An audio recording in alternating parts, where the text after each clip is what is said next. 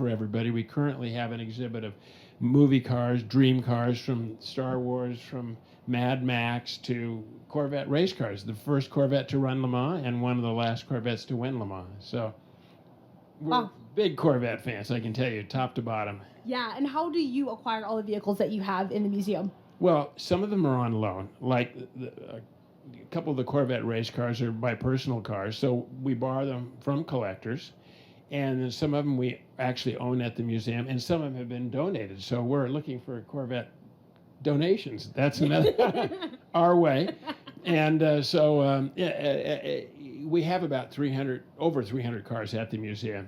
Yeah. So it's quite an array, something for everybody. Something for everyone, which is absolutely incredible. Yeah. Now, Michael, what is it about the Corvette that inspires so much passion and loyalty in people? I think it's an icon. You know, it was created at a time when freedom was so important, and the car represents speed and fun and really affordability. I mean, if you look at how that car stacks up against everything from its European competitors, it just blows them right out of the water. Yeah, absolutely. And I love that you touched on what's important to customers. So when thinking about owners, what does the new mid-engine Corvette mean to owners, maybe like you all or folks across the world? I think it means competition. I mean, that's what Corvette's about, right? I mean, it kind of brings up the bar of everybody else. And, you know, that car, the prototype was from '76 for the mid-engine Corvette. And now that it's come back, it's been a long time in the making. Everybody's really excited to see it, including us to have it on display. Yeah. Yeah. No, I heard that you all have an event at the end of the month. Can you talk to me a little bit more about that event? Absolutely. Yeah, so we're celebrating Zora Duntov, the grandfather of the Corvette, on the 27th and 28th of July. And on the 28th, we're doing a rally with one of our Corvettes in the collection to the Peterson. And then that's the public day. So anybody who can actually buy a ticket to the museum and come see that car, the C8, yeah. Well, thank you all again so much for being here tonight, and best wishes for your event at the end of the month. Thank you. Very exciting day. Very exciting. Thank you. As you can see, tonight is truly about honoring the legacy of Corvette while celebrating the innovations and achievements that have driven us to this point.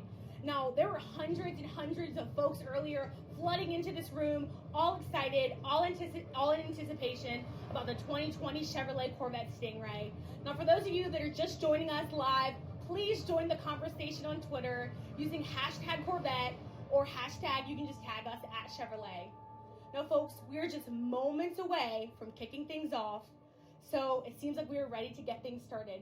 So without further ado, folks, let's go.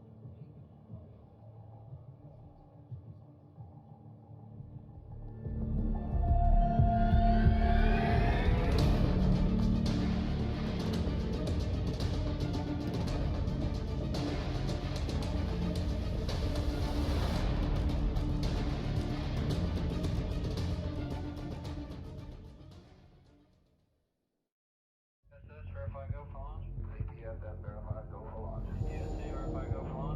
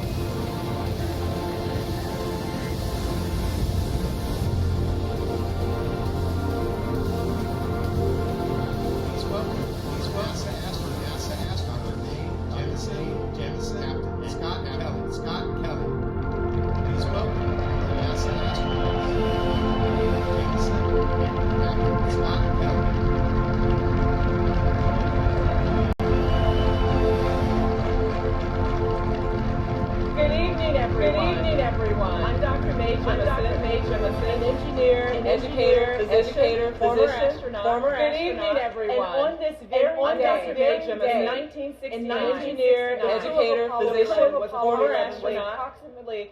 And on this very day, in 1969, they were traveling at a speed of 3,200 feet per second to the moon. To put that speed into perspective, they were traveling at a speed of time from the Los Angeles airport to the moon, which is approximately 32 miles away, would be 53 seconds. And less than 48 hours from right now, we will celebrate the 50th anniversary of the day 3 courageous men embarked on a journey from the Earth to a truly uncharted place, carrying with them the hopes and determination of thousands of women and men who conceived, designed, engineered, built, and supported the endeavor. And buoyed by the goodwill and the imagination of people around the world, they landed safely on.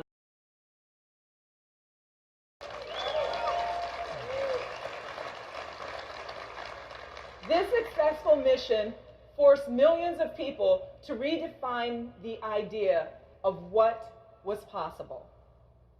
But you see, as a young girl growing up on the south side of Chicago, I knew chapter and verse of the Gemini and the Apollo missions, the engineering sequence to get humans to the moon. I was excited about space, science, and exploration. I like dinosaurs too, right? Space and dinosaurs. But my 7th grade teacher told me to consider becoming an aerospace engineer because they're the ones who build spaceships. You know, popular television shows like The Jetsons, Lost in Space, and of course my favorite, Star Trek, they started people to thinking about space.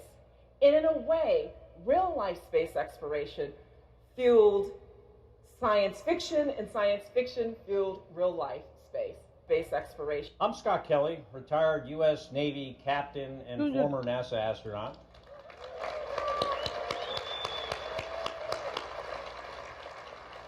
As a 5-year-old boy, I too watched the Apollo 11 mission on television and was in awe. It's one of my earliest and most vivid memories. Then at the age of 18, I read the book, The Right Stuff, by Tom Wolfe, an amazing story that chronicles the first 15 years of America's space program. The book defined my destiny.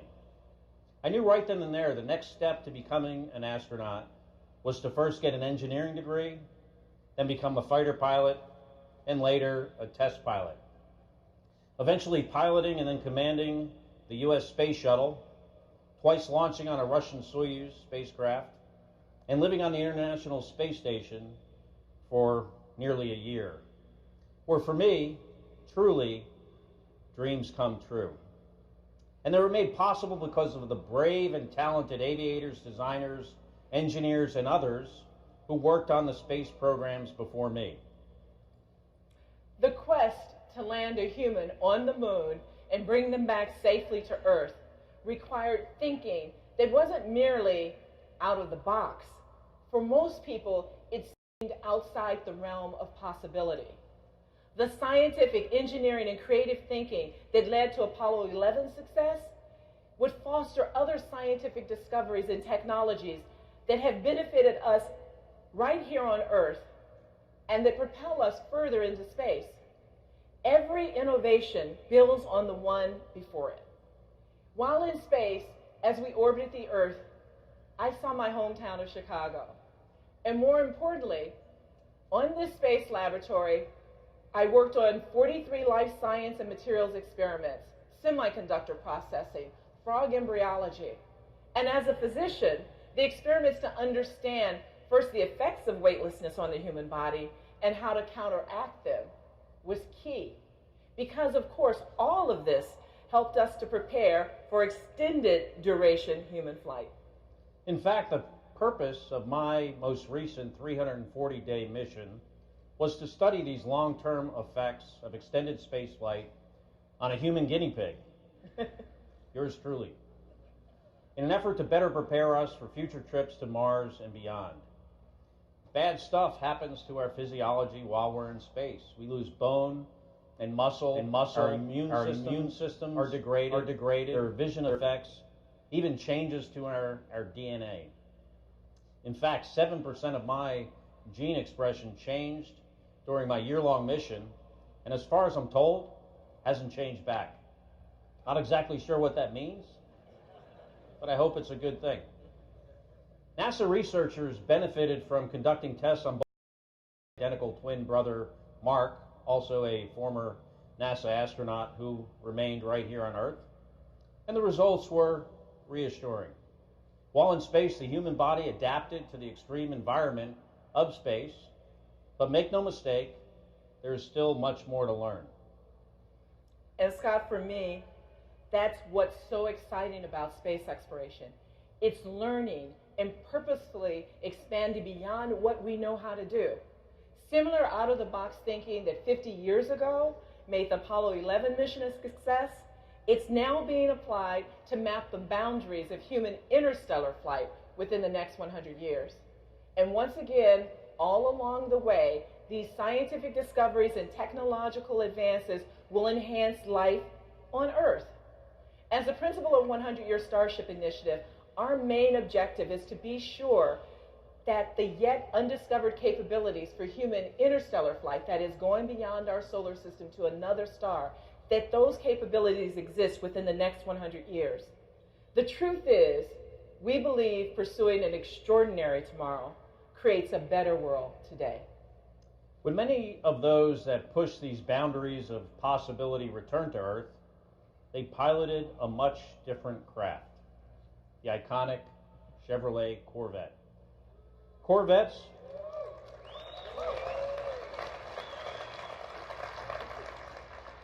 and astronauts have long been linked.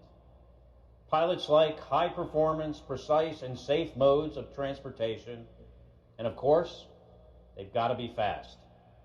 And like a rocket, the Corvette you're about to see has the engine in the back.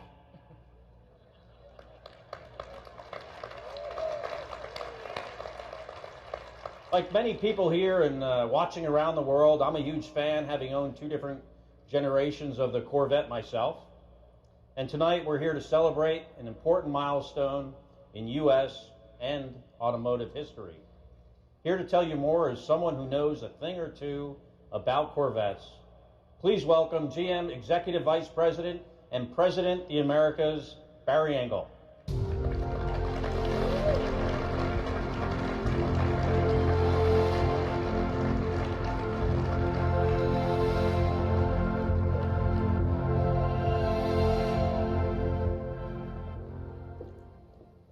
So Captain Kelly and Dr. Jemison, thank you. Thank you for being here with us tonight.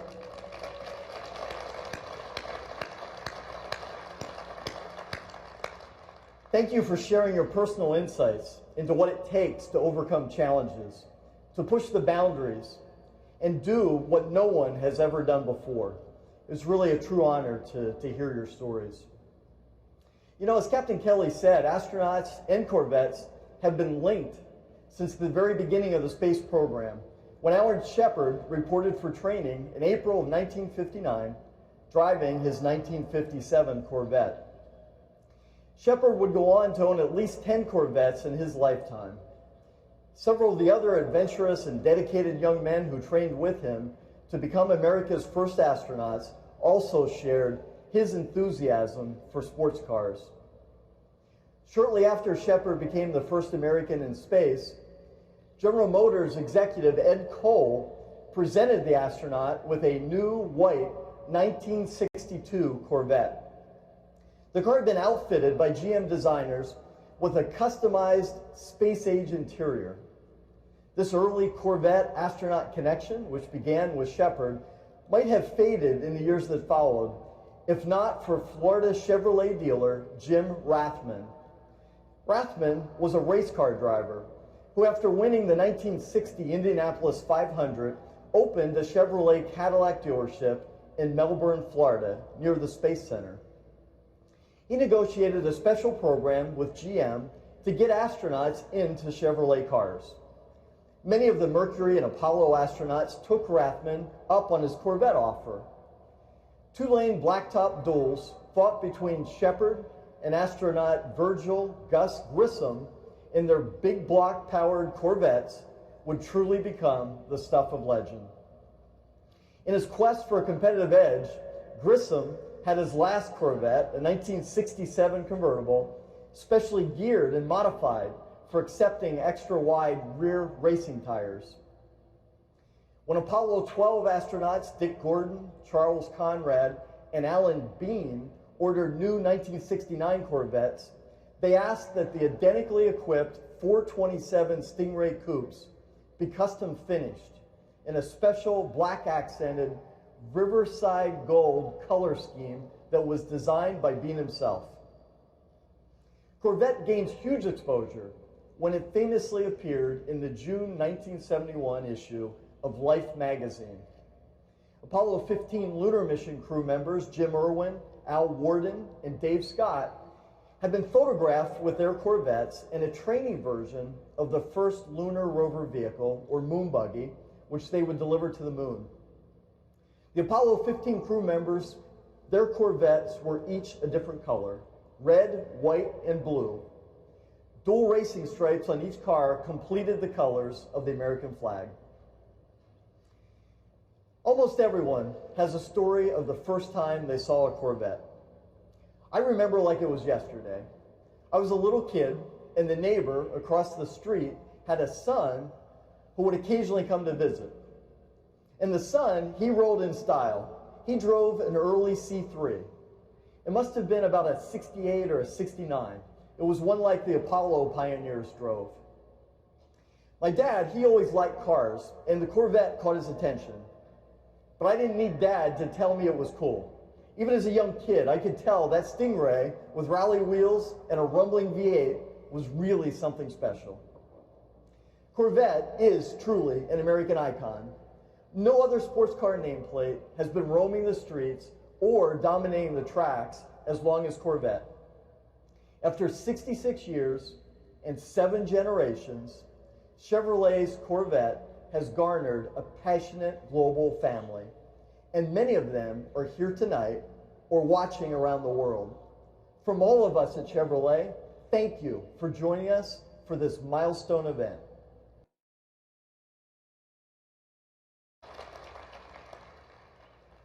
I could literally spend the entire show listing the thousands of Corvette's achievements. But first, there isn't enough time, and second, I'm sure I'd miss something that would cause a fantastic and passionate debate. It is this passion for Corvette that unites our fans and our customers. This same passion drives our designers, our engineers, our suppliers, and of course, the entire manufacturing team here in the U.S., specifically in Bowling Green, Kentucky, where we proudly build this great car.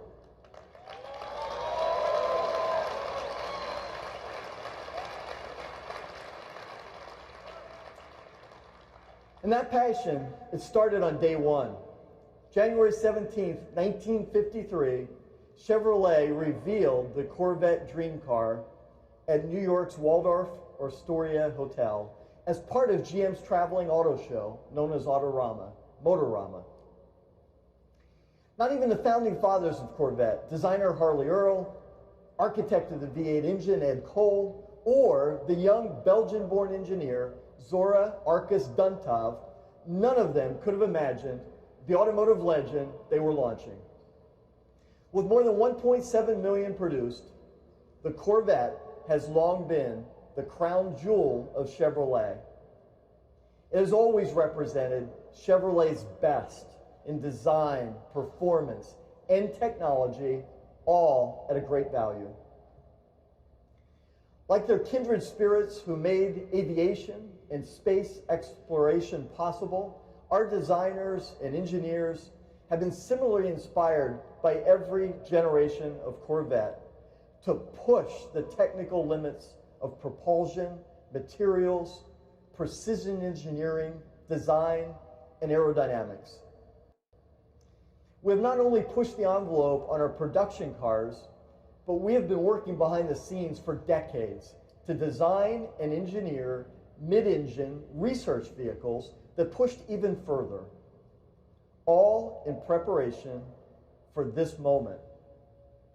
Earlier, Scott and May outlined the importance of creatively blending engineering and design to make great things happen, and the importance of focusing on every detail. The next generation Corvette is not just about imaginative breakthrough engineering or breathtaking design. It's about both. And it's about every detail reimagined. What you're about to see is a milestone achievement for GM, for Chevrolet, and for Corvette. This car is a powerful testament to the creativity, imagination, discipline, and perseverance of the men and women who had the courage to dream and journey to places where few, if any, have ever gone before. Ladies and gentlemen, the all-new 2020 mid-engine Corvette.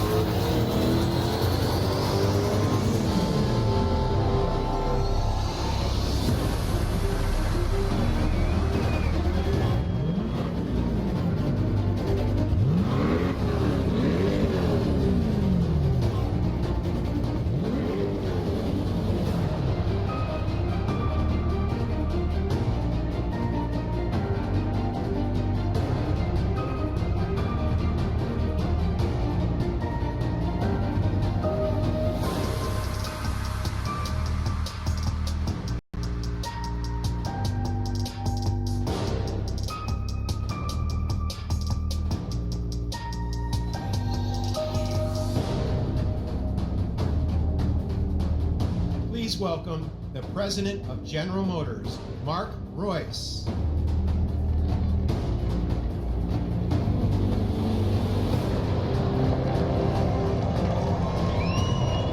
Wow. Oh, man. This is the day. Well, finally, here it is, ladies and gentlemen. What do you think?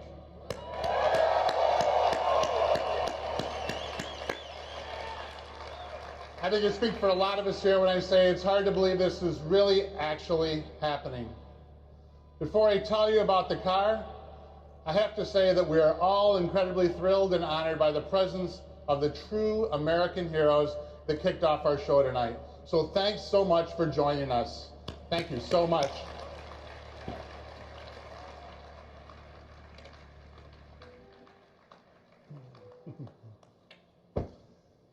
I mean, I was a little kid, and watching these grainy images, I was completely blown away by the moon landing, and the lunar lander, and the man walking on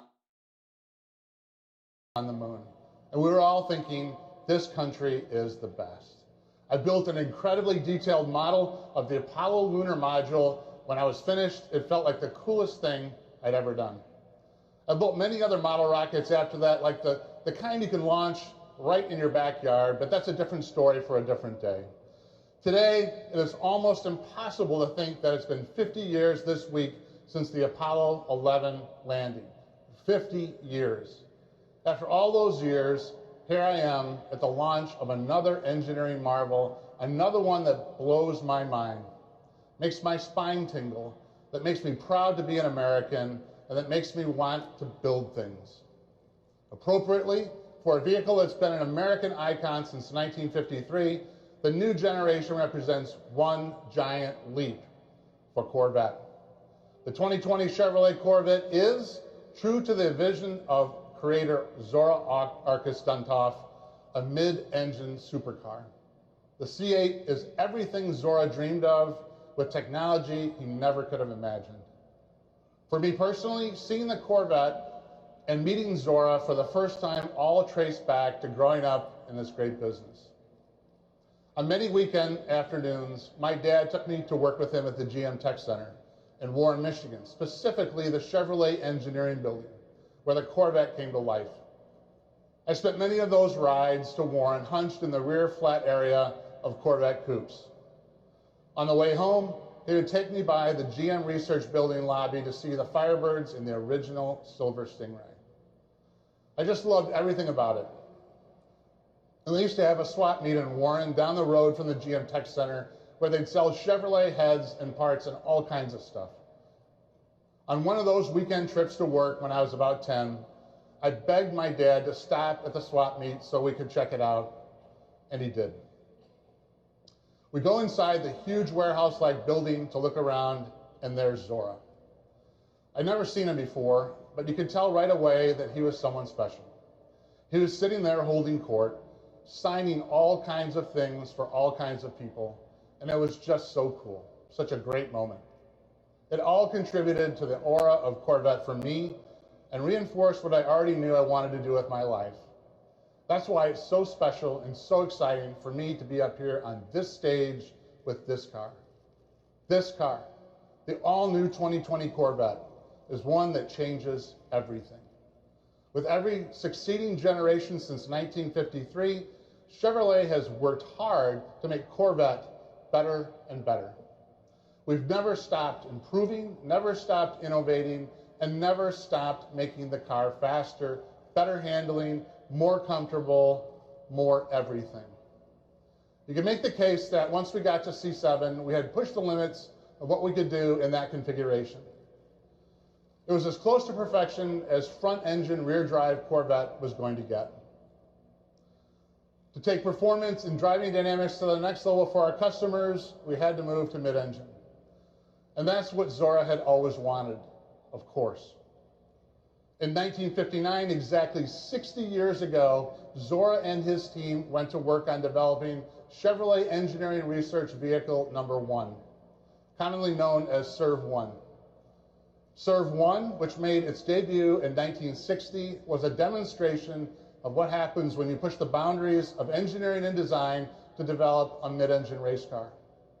What made SERV-1 so unique was how light and powerful it really was. The car only weighed 1,600 pounds, and the body accounted for 80 pounds of that.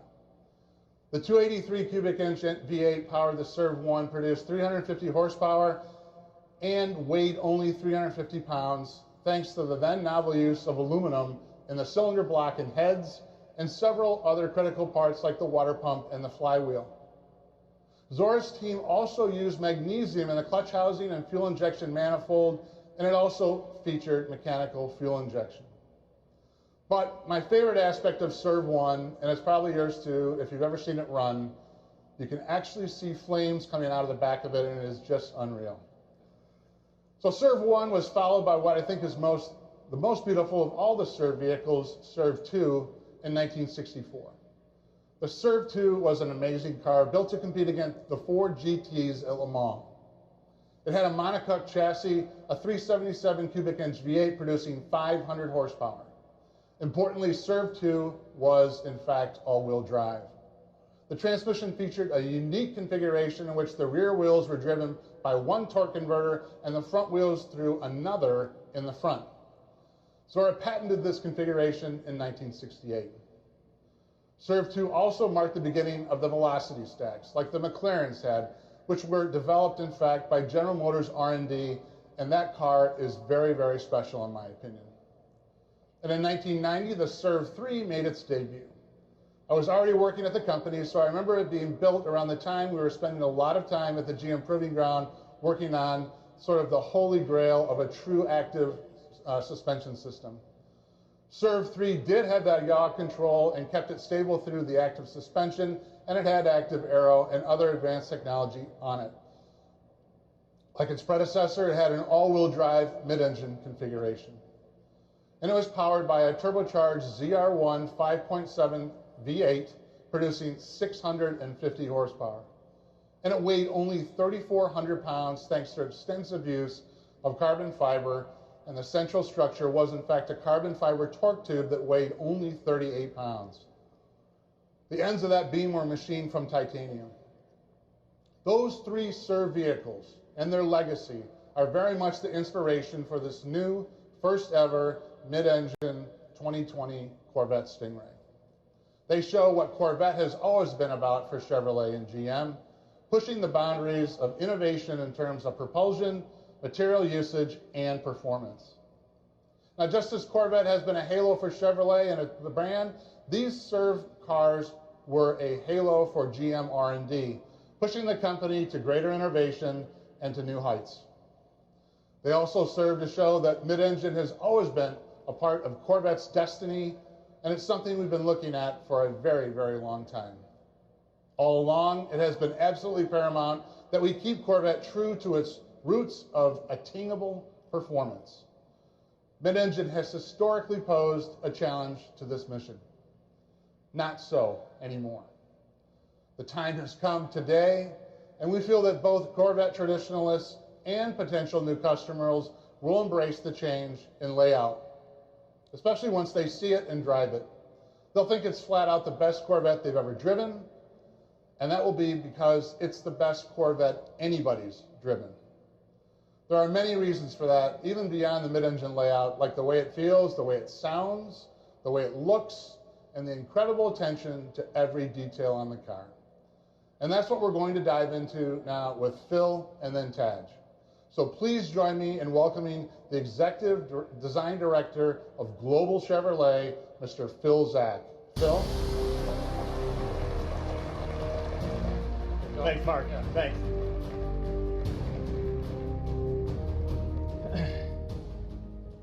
Thanks, Mark. At GM, every time we take on the task of designing a new Corvette, it must build on its storied history and push towards the future. The current 7th generation Corvette and each one before it had a strong and powerful presence. But the new mid-engine eclipses anything we've ever done before. This is not merely a new chapter in the Corvette legacy, this is an all-new book. But before I continue, I want to acknowledge the true design talent that really brought this mid-engine Corvette to life, as well as generations prior. John Cafaro, former Chevrolet Executive Director of Design. John, you in the audience? There you go.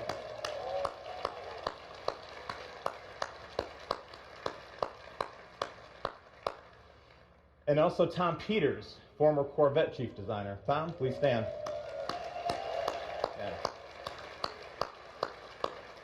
Yeah. Now, both John and Tom have recently retired from GM, but they're here with us tonight to share this moment. Their legacy and talent will forever live on with Chevrolet and into the future with this new stunning 2020 Stingray. I hope you'd all agree with us.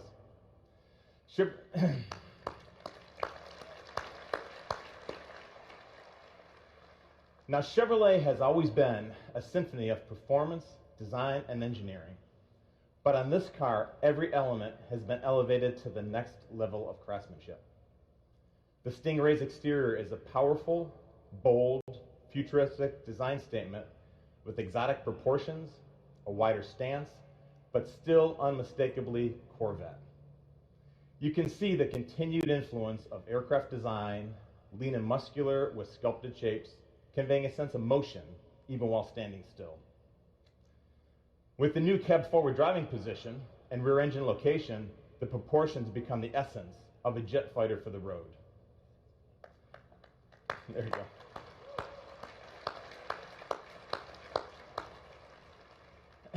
As you would have expected, we've maintained some of the essential Corvette design cues that are timeless and transitioned well into this new mid-engine configuration. For example, the bold front face with LED lights and aggressive dual-element DRL signature proudly say Corvette. The strong fender peaks over the front wheel and rear quarter give the Corvette the expected athletic, muscular appearance. The sleek sculpture is low, taut, and narrow-driven. And the horizontal crease down the body side is the main design element that gives Corvette its sleek appearance and anchors the fender shapes and aggressive side intake. The purity of this feature is so significant that we hid the door handle releases underneath the side intake to keep them clean and uninterrupted look. Now, as you move to the rear of the car, the dual element tail lamps are uniquely Corvette with an enhanced three-dimensional execution. With the wide lamp location and the lower dual exhaust tips, the rear stance exudes the performance attributes of a true exotic.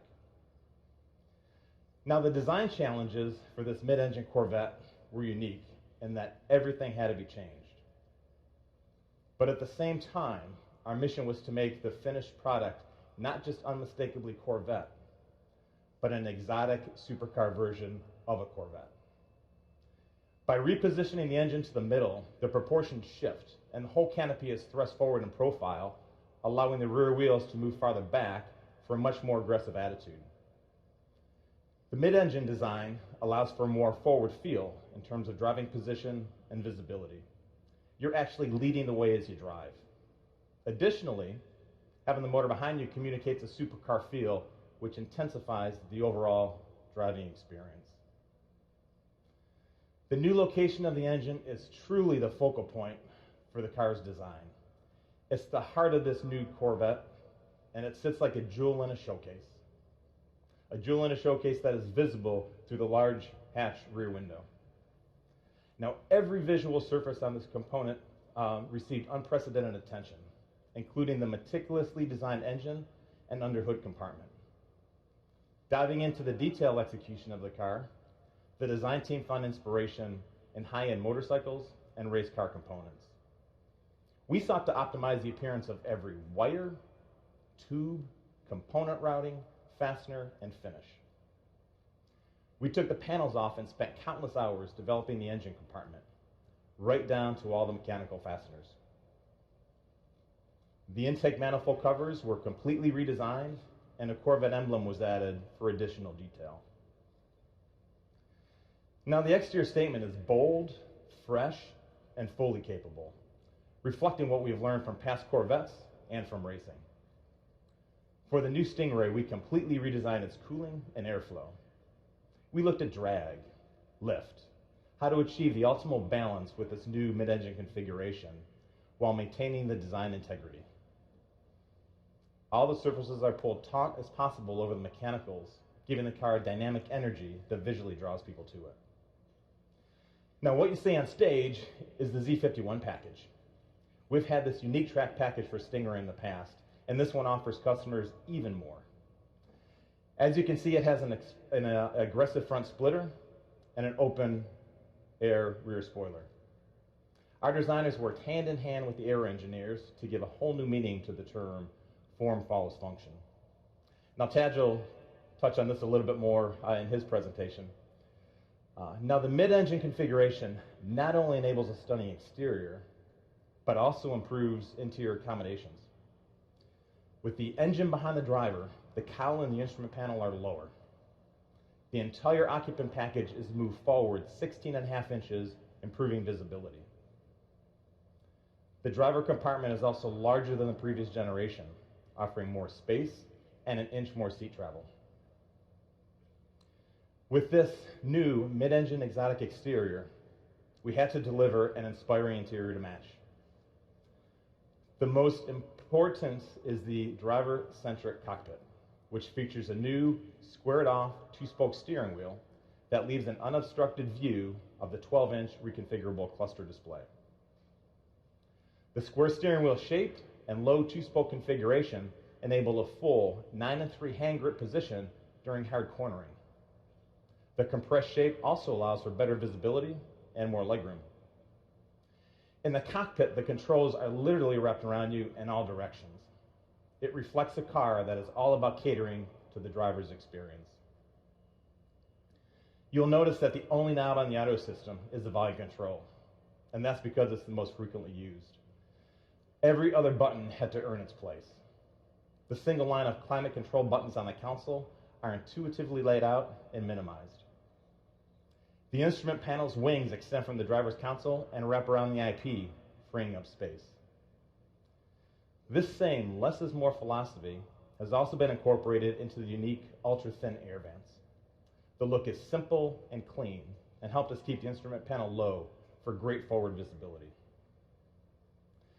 Now we will offer 3 seat options: a GT1, a GT2, and a competition sport for drivers seeking the right balance of comfort and style. We now offer 6 interior color themes, more than ever before, which also includes more personal choices on material selection and stitching. The interior stitching is also larger and more pronounced. It highlights the handcrafted quality and attention to detail. Even the seatbelts get an expanded and expressive color palette, an optional 6. We've also expanded the exterior color palette to 12, more than we've ever offered previously. Now everything on the interior is authentic, and most parts are wrapped in leather or suede. The buttons are aluminum. Carbon fiber is used throughout for lightweight performance and visual appeal. Now all of these details are what makes this 2020 mid-engine Stingray special. From the moment customers walk up to see the car, open the door, we want to surprise them and let them discover something they weren't expecting. We want them to say, this can only be a Corvette, but also say it feels like no Corvette ever. But none of this great design would be much without the performance, the packaging, and the total livability of this mid-engine sports car. All made possible by our incredible engineering team, led by Corvette Executive Chief Engineer, Tad Struchter. Thank you, Tad.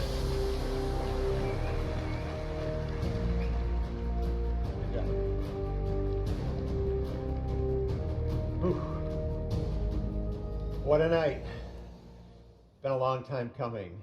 It's great to see everybody's faces out here. You know, we have great relationships with our customers. I'm so glad you all came out with us. What a venue, fantastic venue. It's so large it was actually raining up here. You guys didn't feel it out there. Mark turned the wipers on, but it stopped raining, so we're putting those away. Thank you, Phil, and good evening, everyone. I'd like to add my thanks to Scott and May for inspiring us and generations to come.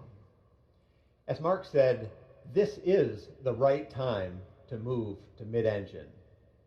We've actually known for quite a while we are reaching the limits of performance in a front-engine configuration. Of course, just expanding the performance envelope wasn't the only challenge we faced. Corvette also has to be beautiful, functional, and attainable. And it has to fit into our customers' lives as naturally and completely as our front-engine cars do. Our mission was to develop a new sports car that combines all of the things we do really well today with the performance and driving experience of mid-engine supercars, all while meeting requirements from all around the globe, including right-hand drive markets. That was news right there.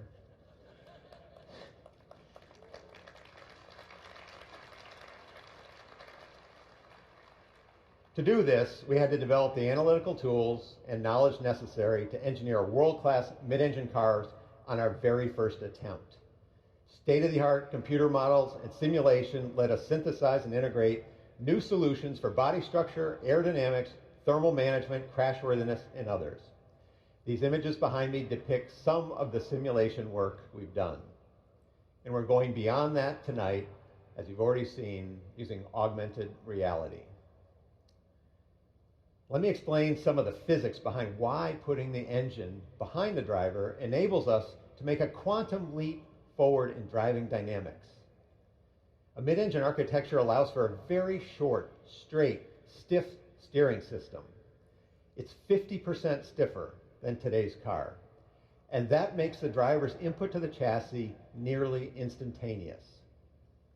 The new seating position places the occupant's center of gravity right on top of the vehicle's center of gravity, so the car literally rotates around you in a turn. It completely changes the perception of vehicle handling and responsiveness. It also allows us to engineer higher performance chassis calibrations while simultaneously improving ride quality. Historically, cars with rear weight bias struggle to get to neutral and progressive vehicle handling. We were determined to get all the benefits of that weight distribution without any of the drawbacks. We did that by putting untold hours into the design of suspension geometry, bushing compliances, tire construction, and the front to rear stagger of the wheel sizes.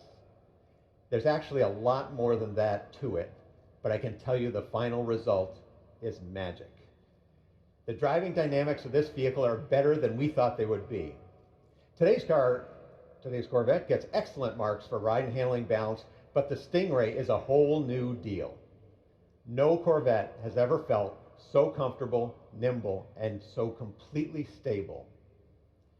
I can't talk about the suspension without talking about its foundation, the body structure. The main structure is aluminum and makes the most use of high-pressure die casting in General Motors history.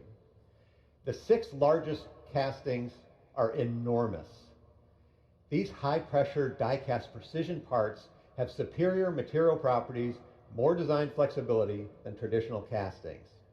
They are used throughout the car to minimize the number of joints and put the material exactly where it needs to be for maximum stiffness and minimum mass. They are the key to making this the stiffest Corvette in history, which in turn contributes to great driving dynamics. We've been using a center backbone strategy since 1997, but for the 2020 Stingray, it has been completely redesigned for a mid-engine configuration. In addition to great structural feel, customers will notice very low rockers, which allow for easy entrance and exit, compared to other mid-engine designs featuring a tub-type construction. Beyond aluminum, we're using many innovative materials in many strategic places. Corvette has always been a mosaic of premium materials, and this one's no different. We picked the material that optimizes the performance of each component. On a mid-engine car, you would expect there to be a front storage compartment, but the Corvette also features a rear storage compartment. Both of these compartments and the dash panel are molded from ultra-lightweight fiberglass with a proprietary resin. It's so light that actually a solid brick of it will float in water. This is a real first, a real breakthrough. It helps manage the Corvette's overall weight while maximizing luggage volume and resisting elevated temperatures. And speaking of those 2 luggage compartments, we felt it was hugely important to maintain our class-leading utility. Combined, these 2 compartments provide unprecedented luggage volume. The trunk easily accommodates the standard removable roof panel, which has been a hallmark in Corvette since 1984, or 2 golf bags. In fact, even the 5-piece luggage set that we custom designed to completely fill the back of the current car fits perfectly in this new car. Protecting that rear trunk, we have the automotive world's first curved, pultruded, carbon fiber bumper beam. This is the lightest and strongest possible structure for this very important part of the car. And although luggage room is not at the top of most sports car customers' reason to purchase, we know it improves the car's bandwidth. What I mean by that, it does a lot of things well. Of course, we want the Corvette to be an amazing track weapon. We also want it to shine as a daily driver and as a long-distance touring machine. Another way we expand bandwidth is through customizable driver modes. The 4 familiar driver modes we introduced on the current Corvette return for 2020: weather, tour, sport, and track. Customers will find even more vehicle characteristics involved in tailoring the driving experience in each mode. New for this generation, we have what we call Z Mode. Z Mode lets you customize every vehicle attribute we offer and make it accessible with the single push of a button. So for example, if you like a certain setup for a particular track, instead of wading through menus every time you head for pit lane, you hit the Z Mode button and off you go. As Phil mentioned, the new Stingray will have the Z51 package. It includes a long list of track-focused features like performance tires, larger brakes, electronic limited slip differential, more aggressive gearing in the transmission, additional cooling capacity, and aerodynamic content. The aero content includes additional brake cooling and a front splitter and rear spoiler that actually create full vehicle downforce and confidence-inspiring balance on the track. With more weight on the rear axle, the electronic limited slip differential is more effective than ever, giving the Stingray the optimum handling balance through every corner and the ability to put power down like never before on corner exit. The available performance traction management has been refined for greater acceleration and more consistency across a wider range of surface conditions. I'm just scratching the surface of what this vehicle does, can do, and will do. Many of our features are enabled by our new digital vehicle platform. This new electrical architecture sends signals much faster, provides state-of-the-art cybersecurity, and over-the-air reflash capability. We are introducing our second generation of the Performance Data Recorder, which will now have a database of track start-finish lines. You'll be able to do point-to-point recordings and can even be set to auto-record like a dash cam. Of course, all the video is high definition.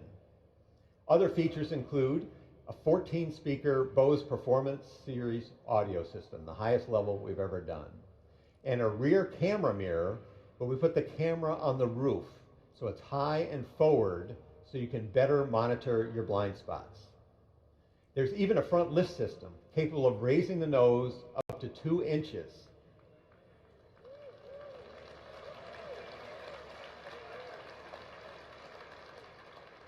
You guys know we talk to our customers. But that front lift system is actually GPS enabled. Every time you lift the nose, it will ask you, do you want this one memorized? And if it's one you use often, all you have to do is hit a single button, say yes. It will memorize that and up to 1,000 places.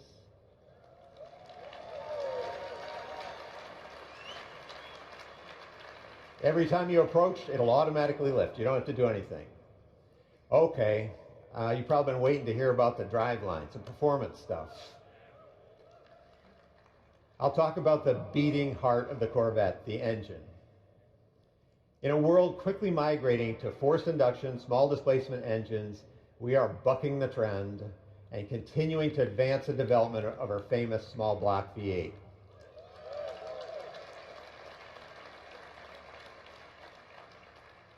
There's simply no substitute for the immediate responsiveness and the sound emanating from this technological masterpiece. We will be the only remaining naturally aspirated V8 in the segment. We are calling it the LT2, and its displacement remains 6.2 liters. But that's about all that is carryover about it. With the performance exhaust, it was recently SAE certified at 495 horsepower and 470 foot-pounds of torque, making this the most powerful Corvette Stingray ever.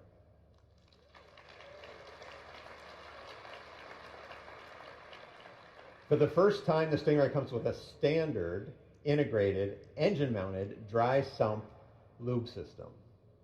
The system has 3 separate scavenging pumps and a very compact reservoir mounted on the front of the engine. The low-profile oil pan reduces mass and lets us mount the whole engine lower in the chassis than we've ever done before. The oil cooler has even more capacity. The bottom line is this new lube system has been absolutely bulletproof during our testing at tracks like VIR, the Nürburgring, and our own Milford Road course. That engine is paired to our first 8-speed dual-clutch transmission, or DCT. This features a very innovative electronic transmission range selector, a masterpiece of engineering art and design that will become a benchmark for the industry. The DCT provides lightning-fast shifts and excellent power transfer. Simply put, the DCT shifts gears faster and better than any human can. It offers a spirited and connected feel of a manual and the premium driver driving comfort in an automatic. It truly feels like you're getting the best of both worlds. We've set the DCT up with a very low first gear to leverage our additional traction at the rear to get the car off the line very quickly. Gears 2 through 6 are closely spaced and keep the engine near the power peak on the track. Its tall 7th and 8th gears make for easy long distance cruising with low mechanical stress and excellent fuel economy. The LT2 engine and the DCT in combination with this new architecture make the new Stingray a very quick car. We are seeing 0 to 60 times under 3 seconds.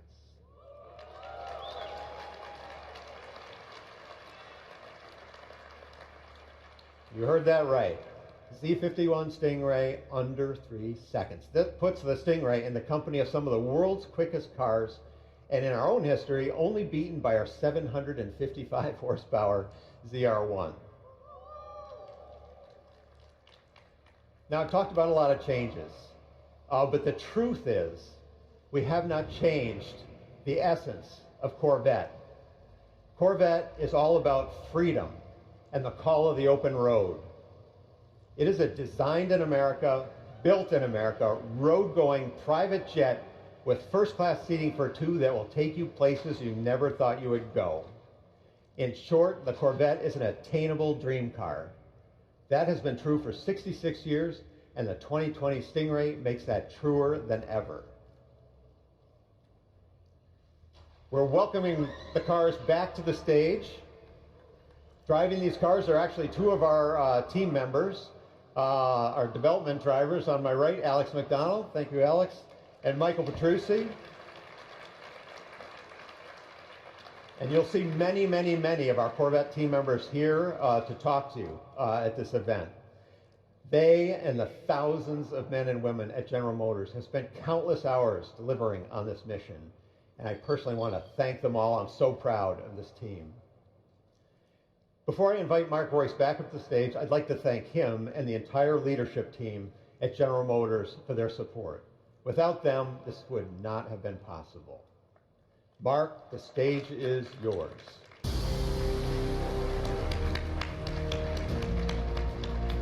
Thank you, Ted. Great job. Thank you.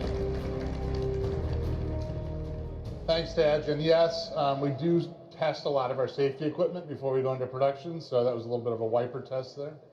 So thanks, Ted, for that. You passed. I'd like to really thank Taj. We couldn't have done it without you in the leadership position of that. I would also like to echo Taj's thanks to everyone involved in helping us launch our Corvette moonshot. The whole team, including our two outstanding development engineers that you met here tonight, they put their heart and soul into this. So thanks, you guys. Great job. I hope you like what you've seen so far, and I encourage you to have a closer look in the next few months. The 2020 Chevrolet Corvette is going where no Corvette has gone before, and we're all thrilled to ride along. This new Corvette with its mid-engine configuration has always been part of Corvette's destiny, and it's the Corvette version of a supercar that we've all wanted to see for so long. Corvette has always been about beautiful design, leading technology, amazing performance, at an unbelievable value. I know many of you are wondering where the new Corvette will be priced. Yes. While we're not ready to announce all the pricing details, no, hang on. What I can share with you tonight is this. When the 2020 Corvette Stingray goes on sale in the U.S., it will start at less than $60,000. So it's pretty great. Thank you. Yeah, it's. I mean, this is what Chevrolet and Corvette's all about, right? I mean, this is what our engineers and our teams strive for. Where else can you get a supercar that goes 0 to 60 in less than 3 seconds for this kind of money?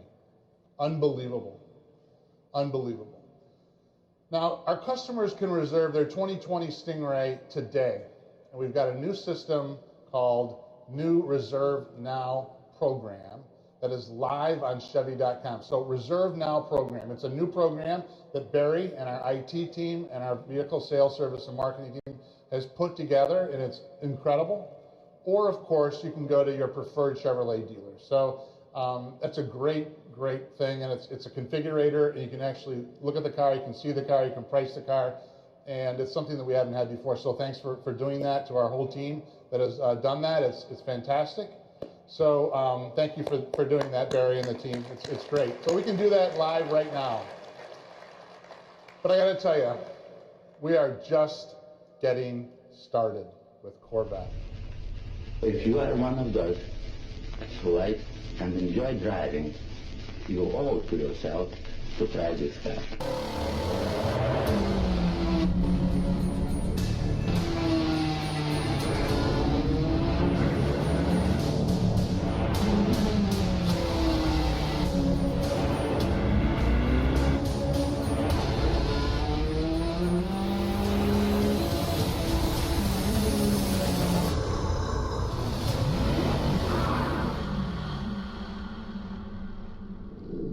So a little bit of a preview of what's to come. I'd like to thank everybody for coming here and tuning in. And right now, I'd like to invite everybody up on stage and to the expos and displays that we have in this wonderful facility that has been put together by our whole team. So please come up and take a look at the new C8 Corvette. Thank you.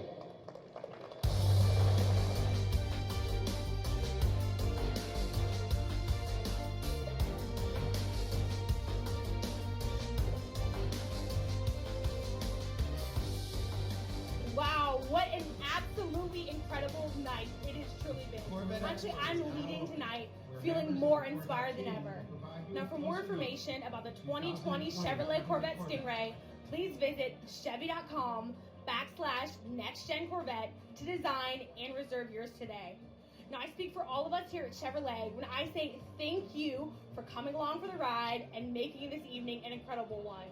And to supercar fans across the globe, good night, good morning, and good day.